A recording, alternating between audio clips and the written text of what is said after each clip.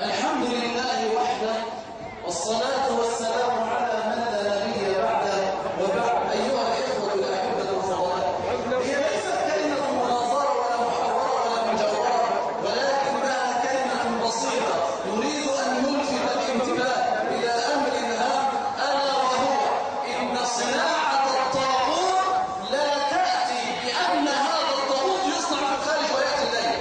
إن صناعة الطاغوت هو صناعة شعوب سفيهة أو شعوب غافلة أو شعوب جاهلة. الطواغيت لا يصنعون أنفسهم، الطواغيت يصنعهم الشعوب. فاحذروا ثم احذروا أن يعود إلينا طاغوت آخر. إن بني إسرائيل لما خرجوا من مصر وتمردوا على أمر الله عز وجل ضرب عليهم الدين في الأرض 40 عاما حتى ينشأ جيل آخر لا يرضى الذل ولا يستملئ الهوان، ولكن جيل يريد أن يكون كريما، يريد أن يعيش عزيزا، يريد أن يكون أبيا وشجاعا، يريد أن يحيا حياة الأسود لا حياة النعال. وهذا ما نريد، وهذا ما نريد أن نعيش.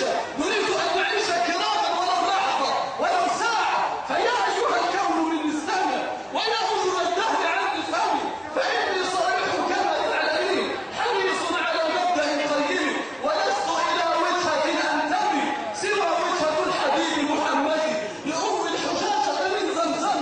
وأشهد من دب فوق الثرى وتحت السماء عزة المسلمين.